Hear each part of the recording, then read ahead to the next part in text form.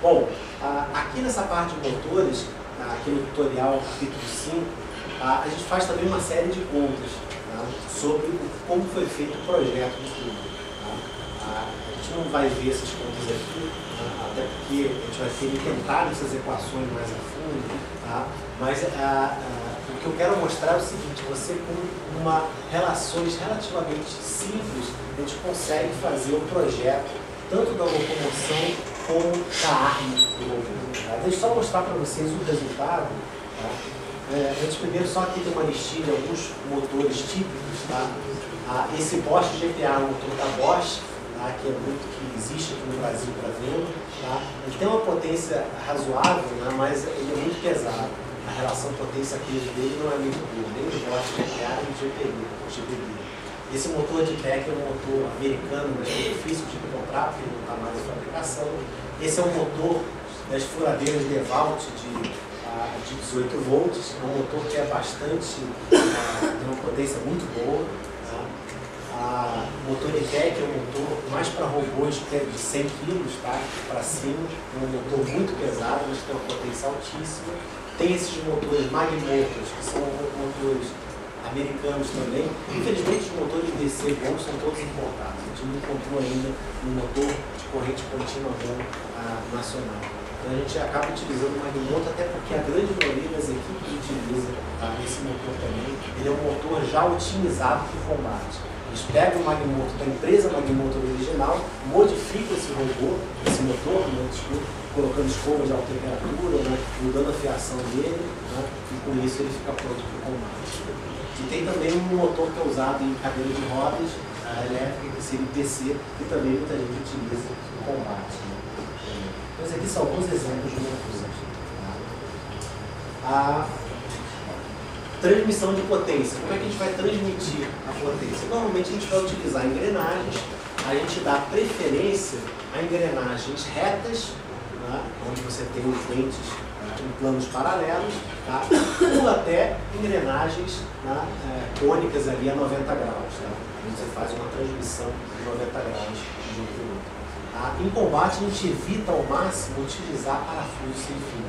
Tá? Então essa transmissão onde você tem um motor preso no parafuso sem fio e o disco girando, ela é problemática porque ela é mais fácil de quebrar, mais fácil de fraturar. Porque normalmente esses sistemas eles são autotravantes. Quando para o motor, a engrenagem fica travada. Então se a minha engrenagem sofrer um impacto grande, ela vai forçar o motor e eventualmente vai romper. Sem contar que esse sistema tem muito escorregamento aqui nos dentes, ele perde muita eficiência. Você perde eficiência na transmissão. Então, normalmente, se você for utilizar engrenagens, mais interessante é você utilizar engrenagens retas, tá? Ou no máximo engrenagens cônicas, se você precisar mudar a direção do eixo. Tá? Juntas Cardan ou juntas universais, isso também é bom evitar por dois motivos. Primeiro, porque elas não são muito eficientes. Tá? Os Cardan são muitas vezes utilizados quando você tem um motor que está querendo acionar um sistema e dois tem eixos inclinados. Tá? Isso é muito utilizado em Cardan em veículos, por exemplo. Mas em combate, tem a desvantagem porque, primeiro, que ela perde eficiência, e segundo, a resistência do seu sistema, em vez de ser agora a resistência desse eixo grande, vai passar a ser a resistência desse eixinho pequenininho do seu carro. Então você vai ter uma perda de resistência muito grande. Das duas, uma vai fraturar aqui, ou você vai ter que usar um cardan gigantesco e muito pesado. Normalmente não é uma opção muito boa. Uma outra opção boa é você utilizar a transmissão por correios. Tá? Se o seu motor estiver muito longe da peça que ele estiver acionando, é interessante você utilizar correios, senão você tem que usar uma série de engrenagens muito grande. Né? Você tem três tipos. Você tem correntes, tá? Que efetivamente são correntes, como uma moto, por exemplo. Né? Você tem uma coroa, essas correntes aqui. Esse talvez seja a opção mais barata. Tá? Você pode comprar uma corrente, você pode, com ferramentas especiais, você pode deixar a corrente do tamanho que você quiser, é muito mais fácil. Tá? Qual o problema das correntes? É que elas têm uma eficiência baixa, tá? Tem muita perda, só o barulho que elas fazem já é perda de energia que você está tendo, perda de eficiência, vibração, você precisa deixá-las sempre muito esticadas. Tá? E o maior problema delas é realmente a correia sair da coroa. Tá? num impacto grande, ela vai sair da correia. Então você tem que, não é muito confiável, né? Mas é a solução mais barata. Né? Quais seriam as soluções melhores? Usar correias de borracha. Tá? E dessas você tem dois tipos, você tem as correias síncronas e as assíncronas, né? Ou correias em V. Né? As síncronas, elas têm esses dentes na correia, e a polia é dentada também, e elas sincronizam o movimento. Né? Quando fizer um giro, eu vou ter exatamente uma certa fração desse giro na outra polia. Né? Isso aqui é muito bom, por exemplo, para você acionar as rodas do motor. Tá? Por quê? Eu quero acionar as duas rodas com a mesma velocidade. Eu não quero que uma roda fique deslizando, né? Que uma correia fique deslizando nela. Então aciona as rodas normalmente com o sistema de correia dentado, se você for usar correia. Tá? Aqui a gente normalmente tenta evitar só por uma questão de espaço, de peso, a gente tenta colocar a roda direto na saída do motor. Tá? Mas se não for possível isso, uma solução é você utilizar correias dentadas em 90%. E no caso da arma, na arma do touro a gente utiliza uma correia em V.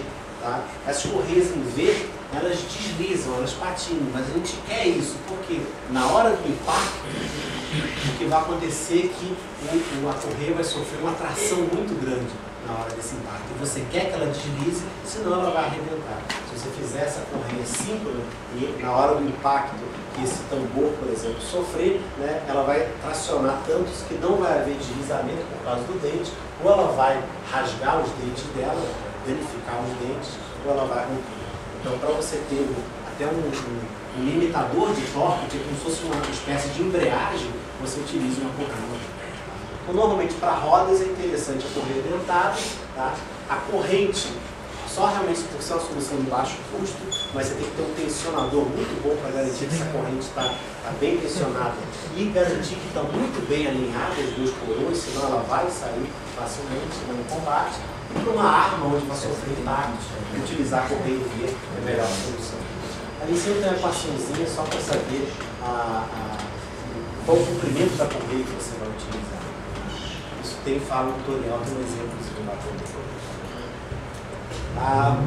Uma outra maneira de limitar torque é usar um limitador de torque. Então tem peças que se chamam limitadores de torque, basicamente são embreagens. Tá? Então você tem, por exemplo, uma engrenagem que entra aqui e ela é presa através de um sistema de atrito. Tá? Então você tem um sanduíche que segura essa embreagem, funciona parecido como um freio, né? Ou como uma embreagem mesmo, que permite que haja algum deslizamento. Em alguns casos também é interessante você ter um acoplamento elástico. Né? Você tem um eixo que vai acoplar em outro eixo, em vez de fazer um acoplamento rígido, você pode ter uma aranha de borracha entre eles que faz com que tenha uma flexibilização. Então tudo isso são formas de transmitir a potência dos motores de sistema. A locomoção do touro, mais uma vez eu falei, a gente não vai entrar nessas contas aqui, tá?